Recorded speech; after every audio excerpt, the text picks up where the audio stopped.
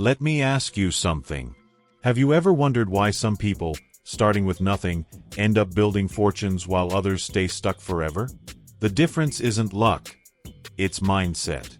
In today's story, you're about to discover how ordinary people in the United States, just like you, transformed their lives and became millionaires, not because of what they had, but because of how they thought. Stay with me until the end, because their journey will prove one powerful truth. The millionaire mindset can change everything. And it might just change your life too. The winter air in New York City was sharp, biting through the heavy coats of people rushing down crowded sidewalks. Neon lights flickered above Times Square, throwing shades of blue and gold over the faces of dreamers, workers, and tourists alike. Among the millions of strangers moving through the city, 3 individuals were about to take the very first step toward a destiny that would change their lives forever. Ethan Collins sat alone in a dimly lit coffee shop in Brooklyn.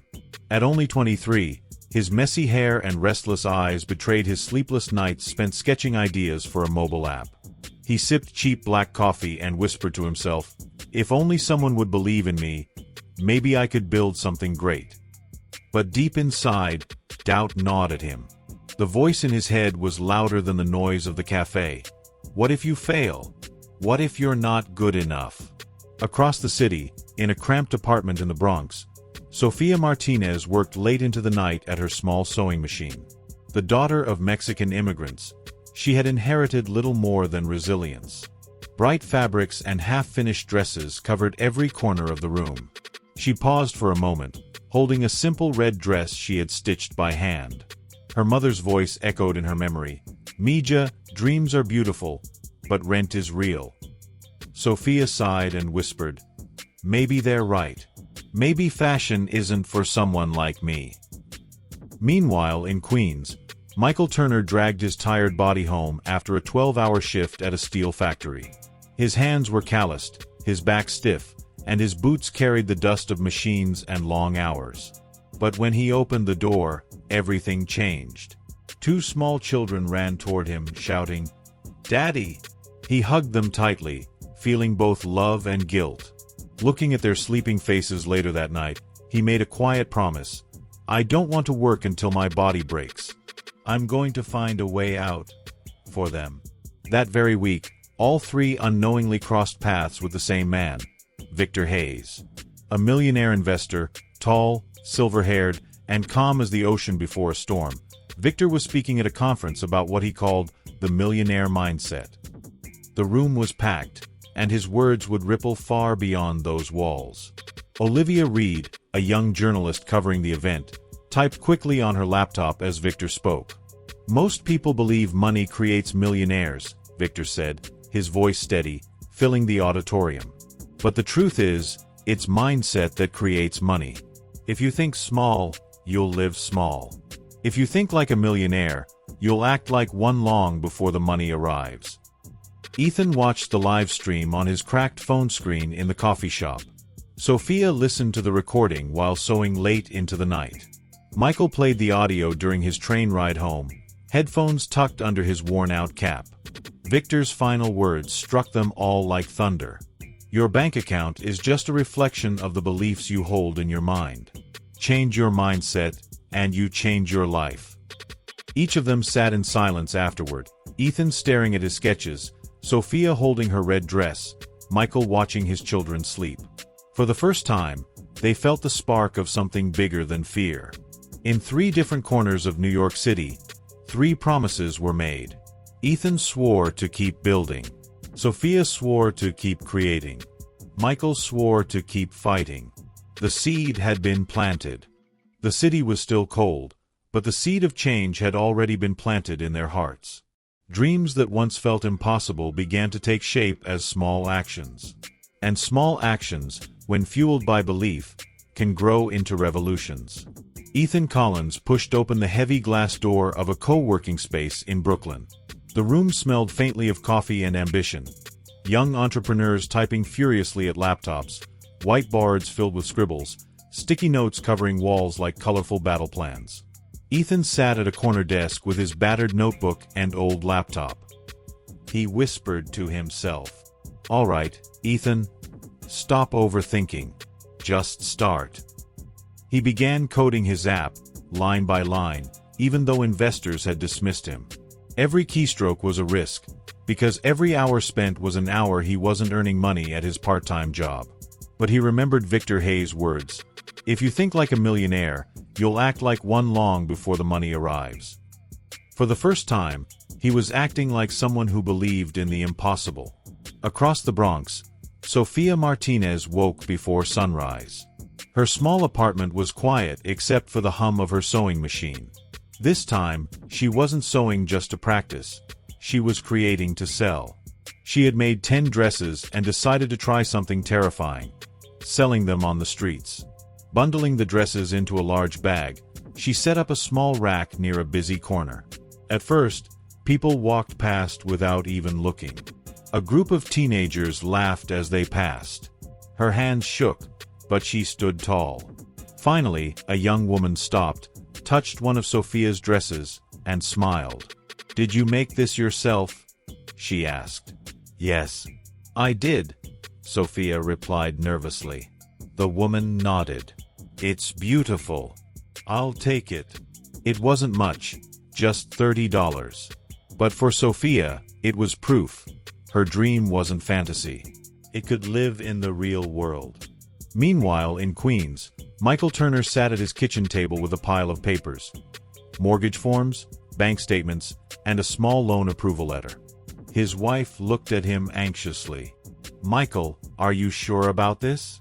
If it goes wrong, we could lose everything." Michael squeezed her hand. "I know. But if I don't take this risk now, I'll be working in that factory for the next 30 years. I can't do that to the kids. I have to try." With that loan, Michael bought his first rundown house. The windows were broken, the paint was peeling, and the floor creaked with every step. Neighbors shook their heads, certain he had wasted his money. But Michael saw not what it was, but what it could become. "This place is my first step to freedom," he whispered. And while these three were risking their comfort for their dreams, Olivia Reed, the journalist, was writing her article on Victor Hayes. She had interviewed countless wealthy people before, but something about his words unsettled her. She typed, "Can mindset truly shape destiny? Or is the millionaire dream just another myth we tell ourselves?" Later that night, she met Victor again at a smaller private gathering. With a skeptical look, she asked him directly, "Do you really believe anyone can become a millionaire? Even kids from the Bronx? Even factory workers?" Victor smiled, calm and steady. "Yes, Olivia. But only if they're willing to think differently, act differently, and risk differently. Money follows courage. It always has." His words hung in the air like a challenge. Olivia didn't know it yet, but she was standing at the edge of her own transformation. Across the city, Ethan typed through the night, Sofia sold another dress, and Michael swung a hammer into a broken wall of his new house. Three ordinary people, taking extraordinary first risks, each unaware that their journeys would soon collide. New York was still buzzing with energy, but for Ethan, Sofia, and Michael, the glow of excitement was starting to fade. The first rush of taking risks had given them hope, but now, reality was pushing back harder than ever. Ethan sat across from two investors in a sleek Manhattan office. His hands trembled slightly as he presented his prototype. The investors scrolled through his app in silence, their faces unreadable. Finally, one of them closed the tablet and leaned back. "It's a nice idea, Ethan, but it's nothing new. There are already bigger companies doing this. Honestly, I don't see any future in it." The second investor added bluntly, "You're young. Maybe focus on getting more experience before wasting time chasing big dreams." Ethan forced a smile, but inside, the words crushed him. As he walked out into the cold city streets, his mind echoed with doubt. "They're right. Who am I kidding? I'm just a kid with a laptop." Across the Bronx, Sofia carried a bag of her handmade dresses to a boutique. The store was elegant, with soft music and polished marble floors. She approached the manager with nervous hope. "I designed these pieces myself. I was wondering if you'd be interested in carrying them. The manager flipped through the dresses quickly, then handed them back without even looking up. Sorry, we only work with established brands. Try somewhere else. Sophia felt her cheeks burn with humiliation. As she stepped outside, her phone buzzed with a text from her mother. Don't stay out too late, Mija. We need you to help with the bills. Sophia stared at her dresses and whispered, maybe this dream is selfish. Maybe I should just give up. Meanwhile, Michael stood inside the old house he had purchased. The roof leaked, the plumbing was broken, and contractors quoted prices far beyond what he could afford. He ran his hands over his face, frustration boiling inside. What have I done? I'm in over my head. This house could ruin us. His wife called that evening, her voice worried. Michael, the kids need new shoes, and we're behind on payments. How much more can we stretch? Michael sat in silence, staring at the unfinished walls around him. For the first time, he felt like a failure, not just to himself, but to his family. And somewhere else in the city, Olivia Reed typed furiously on her laptop. Her new article carried a bold headline. The myth of the millionaire American dream. Why most people will never make it. In her writing, she described the struggles of ordinary workers, the brutal rejections faced by dreamers, and the cruel reality of an unforgiving economy. Stories of self-made millionaires inspire us, she wrote, but for most, they are fairy tales, illusions that lead to disappointment. The article spread quickly online. Ethan saw it on his phone, Sophia heard about it from a friend, and Michael read it late at night while sitting on the floor of his unfinished house. Each of them felt the words like a confirmation of their worst fears. Maybe it really is impossible. But fate has a way of turning just when everything feels lost.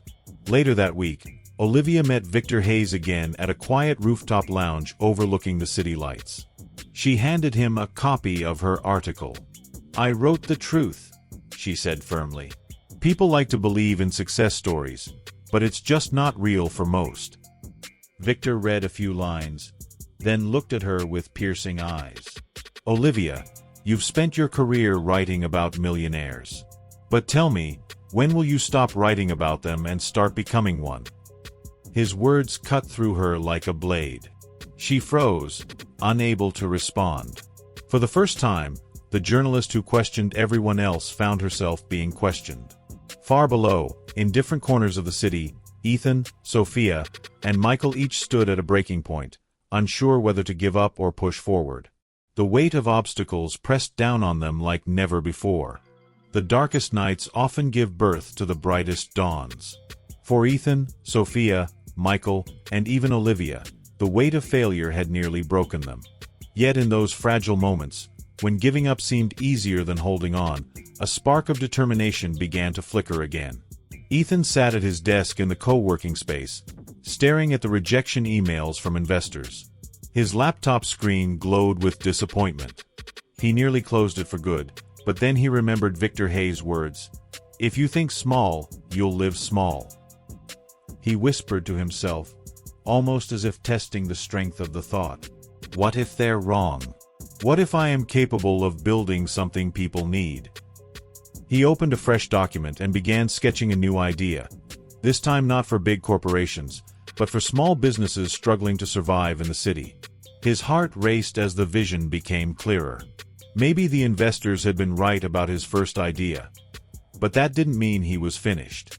This was only the beginning. In the Bronx, Sophia sat on her bed surrounded by unsold dresses. Her phone buzzed with messages from friends. You should post your designs online. She had always been too afraid, worried no one would care. But after another long night of self-doubt, she made a decision. With trembling hands, she set up an Instagram account and uploaded photos of her work. She wrote, "Handmade with Love," by Sophia Martinez. Minutes later, the first notification appeared. Someone had liked her post. Then another. And another. By midnight, she had her first online order. Sophia held the confirmation message in disbelief, whispering, It's real. People actually want my designs. Meanwhile, Michael stood inside the broken house he had bought. Dust floated in the air, sunlight cut through the cracks in the walls, and tools lay scattered on the floor. He had spent weeks feeling overwhelmed, but now he took a deep breath and picked up a hammer. A friend from the factory had offered to help him on weekends, teaching him cheaper ways to repair the place. As Michael tore down the rotten wood, he muttered to himself, "This house isn't a mistake. It's my classroom. Every nail I drive in is a lesson, and I'm not quitting." At the same time, Olivia sat in her small apartment, staring at Victor Hayes' challenge echoing in her head. When will you stop writing about millionaires and start becoming one? She opened her notebook and instead of preparing another critical article, she began to research something new. Wealth, mindset, and the habits of those who had made it. For the first time in years, she wasn't writing to criticize, she was writing to learn. It was as if Victor's voice had reached each of them in their darkest hour. Though none of them knew it yet, the millionaire had become their silent guide. One evening, Sophia received a message from a stranger on Instagram. "Your designs are amazing. Don't give up. You're onto something special." That same night, Ethan stayed up until dawn coding his new version of the app, determined to prove the investors wrong. Michael wiped sweat from his forehead, looking at the repaired wall and whispering proudly, "I did that. With my own 2 hands." And Olivia, closing her notebook after hours of study, looked into the mirror and admitted softly, Maybe I can be more than just a journalist. Maybe I can change, too." The fire had returned. The obstacles hadn't disappeared, but their mindset was shifting. And once the mind shifts, the world begins to bend with it. The city never sleeps, and neither do dreams. But the higher the dream climbs, the stronger the wind tries to knock it down. For Ethan, Sophia, Michael, and Olivia, the real storm was just beginning. Ethan finally secured a meeting with new investors in downtown Manhattan. He wore his best suit, though it didn't quite fit, and carried his laptop with sweaty palms. The conference room was sleek, with a view of the skyline that seemed to remind him how small he was. After his presentation, one investor leaned forward and asked, "Interesting, but where are your results? Do you have real users, real revenue?" Ethan froze. He had passion, he had vision, but he didn't have numbers yet. The investors thanked him politely, but the message was clear. Come back when you can prove it. As he left the building, his chest ached. He whispered, "If I can't show results, no one will believe me." In the Bronx, Sophia received an email from a large fashion company. They liked her work and wanted to buy her brand, but only if she signed over her name and design rights. For a struggling young designer, it was tempting. Her family needed money, and the offer looked like salvation. Yet as she read the fine print, her stomach turned. Signing would mean giving away everything she had built. Alone in her apartment, she cried, torn between survival and integrity. Michael, on the other hand, was knee-deep in sawdust and unpaid bills. The house he had bought was demanding more repairs than he could afford. One mistake in plumbing cost him hundreds of dollars he didn't have. His wife begged him to reconsider, saying, "Michael, maybe this was too much. Maybe we should sell before we lose everything." But Michael looked at his children playing on the floor and clenched his fists. "No," he thought. "I started this for them. I have to finish it for them." And Olivia, who had begun studying wealth and mindset, faced her own storm. Her colleagues at the newspaper laughed when they heard she was researching millionaire habits. "Olivia, you're a reporter, not a guru. Don't waste your time chasing fantasies," one of them mocked. Their words stung, and for a moment, doubt filled her again. She asked herself, "Am I deluding myself? Can I really change?" The storm was fierce. Each of them stood at a crossroads, battered by rejection, temptation, debt, and ridicule. The easy path was to quit. The harder path was to endure. And in the silence of their struggles, one truth began to emerge. The storm was not meant to destroy them. It was meant to test if they were strong enough to hold on. Every dreamer reaches a moment of truth. A point where the weight of fear feels heavier than the hope of success. For Ethan, Sophia, Michael, and Olivia, that moment had finally arrived. Ethan sat alone in his small apartment, his laptop glowing in the dark. The rejection from investors replayed in his mind. He had two options: sell his idea cheaply to a small company and walk away, or keep building with nothing but faith. He stared at the offer email for hours, then closed it without replying. "I won't sell out," he whispered. "If no one believes in me yet, I'll believe in myself." Across the Bronx, Sophia paced her apartment with the contract from the fashion company in her hands. Signing it would solve her money problems instantly, but at the cost of her name, her dream, her identity. Tears streamed down her face as she imagined losing her brand forever. Finally, she ripped the contract in half. "My dream isn't for sale," she said firmly, her voice shaking but strong. Michael sat on the steps of his unfinished house, head in his hands. Debt was piling up, and his wife was terrified of losing everything. For a moment, he considered walking away, letting the bank take it all. But then he looked at his children playing in the yard and stood up. "This house isn't just wood and bricks," he told himself. "It's proof that I won't give up. I'll finish it, no matter what it takes." And Olivia sat at her desk in the newsroom, staring at her half-written article. Her colleagues mocked her, her editor doubted her, and her reputation was on the line. She could abandon the project and go back to safe, predictable reporting, or she could step into the unknown and write her first book about the mindset of success. She opened a blank page and typed the title, "The Millionaire Mindset, A Journey of Change." For the first time, she wasn't just reporting, she was committing. In 4 corners of New York, 4 choices were made. Each one fueled not by comfort, but by courage. And though the storm had not passed, their decisions lit a fire strong enough to face it. The storm had tested them, but their choices had carried them forward. And now, after months of sacrifice, something remarkable began to happen. Ethan launched the newest version of his app, designed specifically for small businesses. At first, only a handful of users downloaded it. But one bakery in Brooklyn started using it to manage their orders, and within weeks, they told other shops about it. Soon, word spread like wildfire. Notifications lit up Ethan's phone day and night. His idea was no longer a dream. It was real.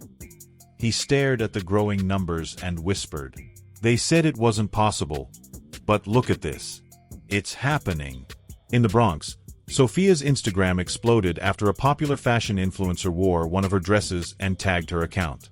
Overnight, she went from a few hundred followers to tens of thousands. Orders poured in faster than she could sew. Her tiny apartment, once cluttered with fabric, now looked like the headquarters of a brand in the making. She held one of her new designs to her chest and smiled through tears. "People see me now. My dream has a place in the world." Michael, with sweat dripping from his brow and dirt under his nails, finally completed the renovation of his first house. When it sold, the profit was more money than he had ever seen at once in his life. He stood in the empty living room, the walls freshly painted, the floors shining, and whispered, This is the beginning. One house down, many more to go." And Olivia, after months of late nights and self-doubt, published her bold article, "The Mindset That Transforms Lives." Instead of criticism, it was a manifesto of change, filled with lessons she had learned from studying Millionaires. The piece went viral, shared by thousands across the country. For the first time, Olivia wasn't just a journalist. She was a voice of inspiration. Fate, it seemed, was ready to weave their stories together. At a grand conference in Manhattan, hosted by none other than Victor Hayes, dreamers and entrepreneurs from across the nation gathered to share their journeys. Ethan was invited to present his app. Sophia displayed her designs in a fashion showcase. Michael attended as a guest of honor for his leap into real estate. And Olivia stood on stage, delivering a powerful talk about mindset and change. For the first time, their paths crossed under the same roof. Strangers in the same city, now united by the same fire. Victor Hayes stood before them all, smiling knowingly. His voice rang out, steady and strong. This is the proof. Dreams are not limited to the privileged. They belong to those who dare to think differently. The crowd erupted in applause, and among them, for lives shone brighter than ever before. 1 year later, the city looked the same. Bright lights, rushing crowds, endless noise. But for Ethan, Sophia, Michael, and Olivia, everything had changed. Ethan now walked into offices not as a desperate young dreamer, but as the CEO of a fast-growing company. His app had expanded across the country, helping thousands of small businesses thrive. Investors who once dismissed him now chased him, but he never forgot the nights he coded alone with nothing but belief. Standing before his team, he said, "We didn't just build an app. We built proof that believing in yourself is the first investment that matters." Sophia had transformed her tiny apartment operation into a thriving fashion brand. Her designs were featured in magazines, her clothes worn by celebrities. Yet she still kept her old sewing machine, the one she started with, as a reminder. At her first runway show, she looked at the crowd and whispered, "This isn't just fashion. This is the story of every immigrant's child who dared to dream." Michael, once a tired factory worker, now owned multiple renovated homes across New York. He no longer lived paycheck to paycheck. Instead, he spent more time with his family, walking his children to school, watching them grow. Standing outside one of his finished houses, he told his wife, "We thought this was impossible." But impossible is just a word people use before they change their mindset. And Olivia, who once doubted everything, had become a best-selling author. Her book, The Millionaire Mindset, inspired thousands of readers.